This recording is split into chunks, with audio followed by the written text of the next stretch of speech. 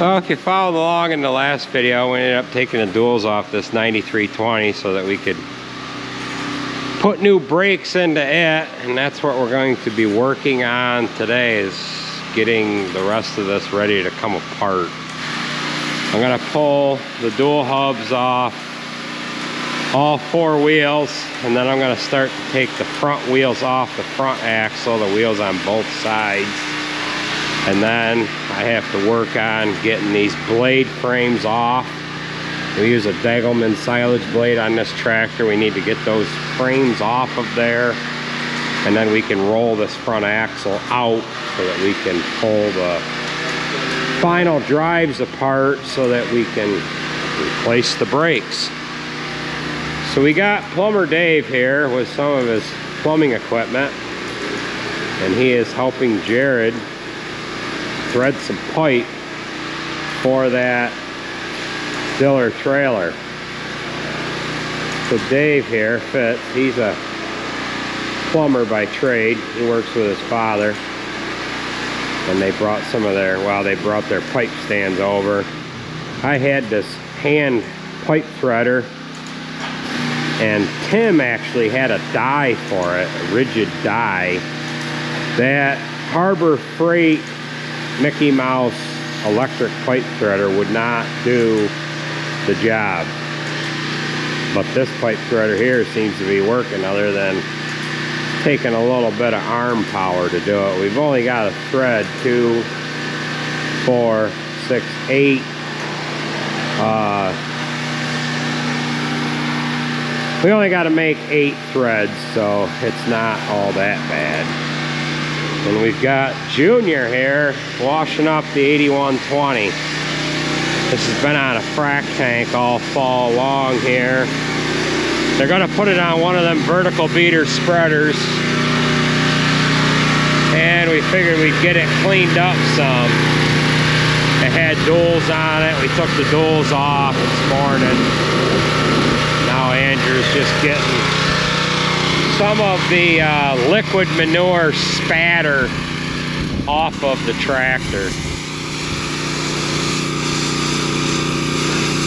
Anytime they loaded manure in the wind, the spatter would blow back onto the tractor, and you're probably wondering, why isn't he using the Easy Clean pressure washer? Well, that needs a new pump, so we've got to get, hey, twirl your hose. We've got to get a new pump on that, and then we'll have that thing going here again sometime. But we've had a few problems with that here and there. Just keep unwinding it. Just twist your wand. Twist it. Just go right round and round. Here. No. Here. Hold on to this for a second.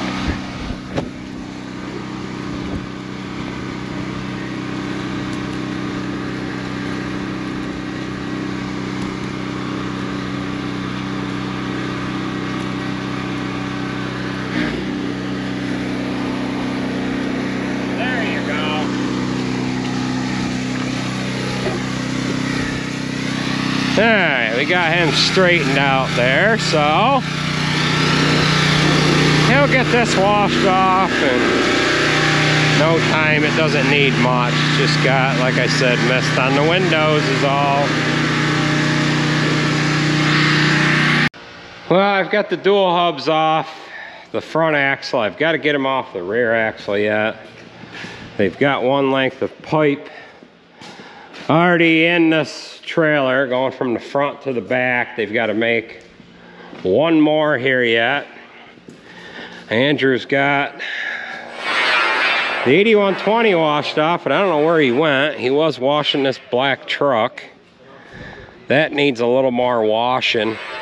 We have had excellent weather here for the past couple days. A year ago, or a week ago today, it was well below 0, and now it's about 55 degrees or so out. And you couldn't ask for better weather. Well, here he is right now. He's bringing the Western Star around. I guess he thinks that needs to be washed next. So We haven't talked about this truck much. We'll have to talk about it at another date here, but I think he wants to get it washed off by the looks of it. So we're gonna put this on one of the spreaders, and I think he's gonna wash one of the other tractors here yet too. So yeah, that'll give you a look at that anyways, huh? How's that drive, Bob? Yeah? Well, we'll talk about that in another video. Well, we spent a little time washing, and we're back in here working on this tractor now. I've got one hub left to take off. The front ones came off so-so. The one on the other side wasn't difficult, but I had to take it completely apart in order to get it to move, and I figured I would show you how that process went on the other side, because I'm assuming that this rear one on this left corner here is going to be as hard as the one over on that side. The bolts for the front hubs, those are in pretty good shape, but these bolts for this right rear hub, they're all rusted out. There's not much left to them. So there's a couple of, they're not really guide pins, but there are a couple of 10mm bolts that kind of hold the, well, if you got the bolts out, it kind of holds the wedge plate in on the back side. So there's a big, looks like kind of a wedged ball that fits on top of that axle with a keyway in it. And then the hub is concaved to either side. The hub is concaved one way, and the wedge plate is concave the other, and then the other piece is convexed, and it kind of squeezes the two together. So I went around and I loosened all these bolts up with the big zip gun, the big air gun. What I'm gonna do is I'm gonna take all of them bolts out. You don't have to do it that way, but we're gonna knock this wedge plate in to try to get this to move. So we'll see how she goes here.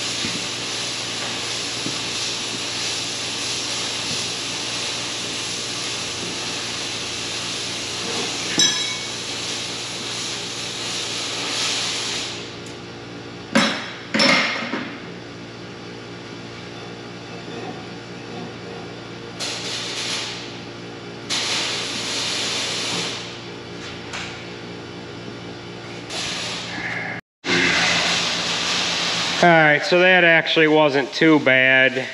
The front ones I did not have to take apart like that. What I was able to do to the front ones is I just took these pins out so that I could move that inner locking, the wedge plate.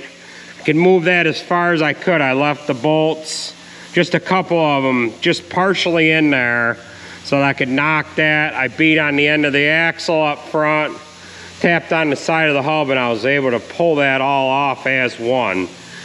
That back one was a problem. I'm not sure how this one would have went. But this is concaved here, and then this mechanism sits on the axle. It's got a keyway in it right there. That's what rides in the axle, and then that wedge plate squeezes together around this unit here, which is kind of the shape of a ball. So I'm going to get my pieces all back together here. We're going to have to put all brand new bolts in when we reassemble this. We'll get that together. Then we've got this front right wheel jacked up. We can knock that guy loose, pull this front wheel off, move a jack over to the other side, and do the same thing. Jared's going right to town on this trailer here. They've got the pipes in there running the whole length of the trailer, and then he's got them coming out through the back here, and then that'll run right to the fan impeller. So this is 1.25 inch pipe. I had 1 inch, but I didn't realize it was actually 1.25 inch. So I know somebody said that you can get the stainless lines from Diller to put on there. We just figured we would put pipe back in there. This is certified or something like that. This pipe is good for 3,000 or 6,000 PSI. It's actually meant for hydraulic oil or pressure, high pressure.